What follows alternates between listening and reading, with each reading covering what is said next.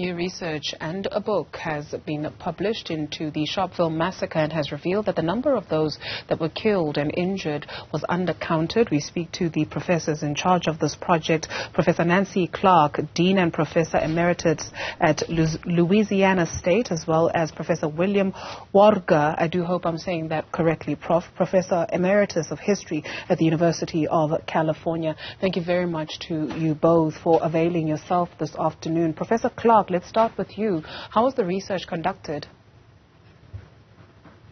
We've been studying South Africa for many years, beginning in the 1960s, really, and the 1970s, and we felt that there were certain events that probably needed to be reconsidered since 1994 and the opening up of so many records.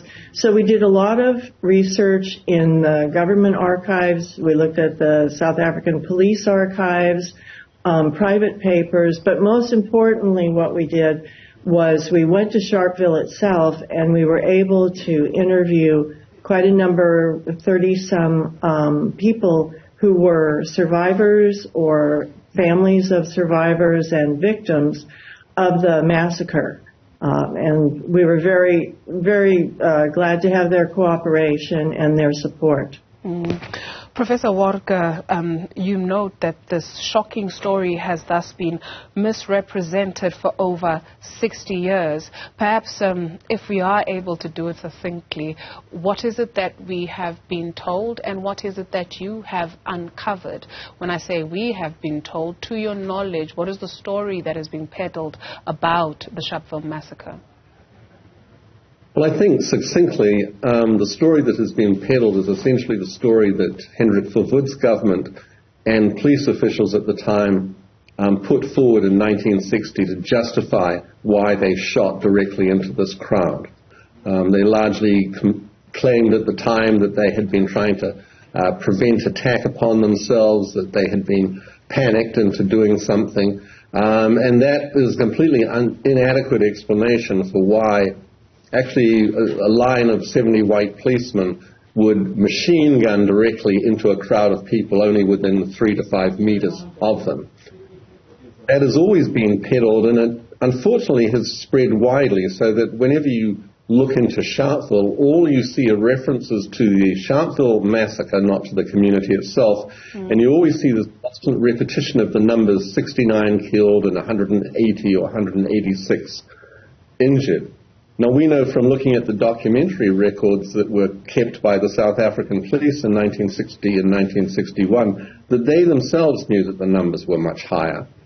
We have actually come up with an estimate, which we call a working estimate, of at least 91 killed and at least 238 injured, often extremely severely, such as with amputations and being crippled for life. And for all of those victims, we have both names and ages. We have mostly all of their occupations, and in all of their cases, or nearly all of their cases, we also have their addresses, though that's a matter for the Sharpeville people themselves to know. Professor Clark, we understand that the work of unearthing some of the information has been quite a challenge as well. I do hope we can weigh in on that. But for now, can we take a look at the role of the Truth and Reconciliation Commission, because you note that even though the Truth and Reconciliation Commission chose the 1960 Sharpeville massacre as the formal beginning of its investigation of apartheid crimes, its examination of the massacre itself was perfunctory. We looked that up, and that means hasty or quick. Well, it was significant that the TRC selected Sharpeville as their beginning point in re-examining the crimes against humanity that were undertaken under apartheid.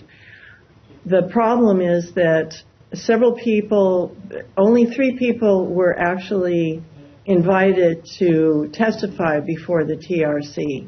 More people who were involved in the 1960 shooting submitted testimony, but they were not called to testify before the commission. And we understand that the commission had many, many crimes to unearth. But for some reason, Sharpeville got short shrift on this. And we can only imagine that it had to do with the fact that for many years there's been an inadequate explanation of what happened in any event. And it could be that the TRC, although we can't read their minds, but may have simply thought that they were not going to be able to get at the truth. Professor Worger, you mentioned that despite its historic importance, Sharpeville as a place and a community has remained unknown to the wider public and its residents anonymous, yet they have a story to tell. You mentioned that you did come to South Africa to speak to residents of Sharpeville. What did they tell you? What they did is they told us in many interviews that we videotaped about the suffering that they had experienced on 21 March 1960.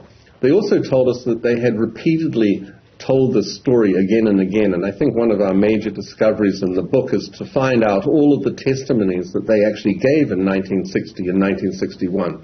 Because often there's this idea, I think, in South African history that government repression caused people to stop speaking out, caused them to stop resisting in the 1960s, yet it was quite clear that all of these people spoke at great length. I mean, we did in fact discover approximately 250 statements that Sharpeville residents gave in 1960 and 1961 under oath, detailing exactly what happened to them or their next of kin. And we can feel, certainly when we visited them in 2018, 2019, 2022, the pain that comes through their voices, not only the pain that comes from their original suffering, but also from having spoken about what happened to them again and again, and especially after 1994, but really finding almost no one is ready to listen to them, except for a simple perfunctory, frankly, TV show that will, each 21 March, will report on the presidential celebration in the township on that day. But there's nothing really that examines them and their suffering and their voices, because they're the most eloquent people speaking about Sharpeville.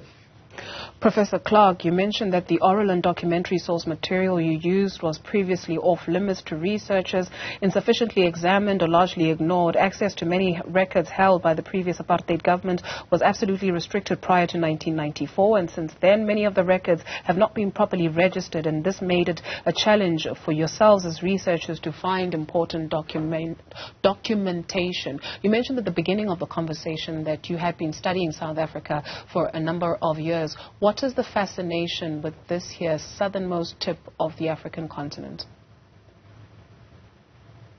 Both of us, neither of us are South Africans, but we both come from countries.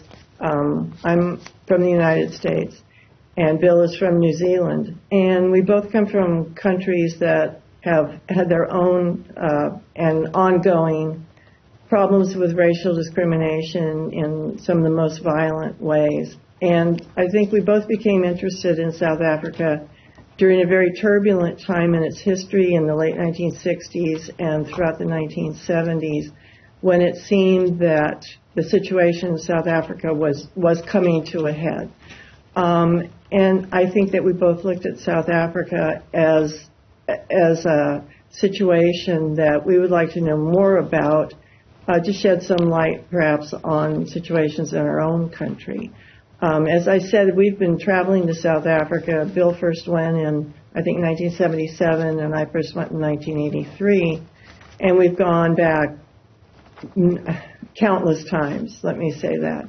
So we've seen the trajectory of South Africa's history throughout this period of coming out of under-apartheid, coming out of apartheid, and now dealing with post-apartheid society. And we felt with this book that it was perhaps time to re-examine some of the crimes that were committed under apartheid, because now we have access to documents that were completely off limits during most of our careers. Okay. Sorry, Prof, is that the book next to you? Can you flash it for us? Yeah. Thank you very much to both of you for the work that you do. Professor Nancy Clark, Dean and Professor Emeritus at Louisiana State University, and Professor William Worger, Professor Emeritus of History at the University of California. Thank you.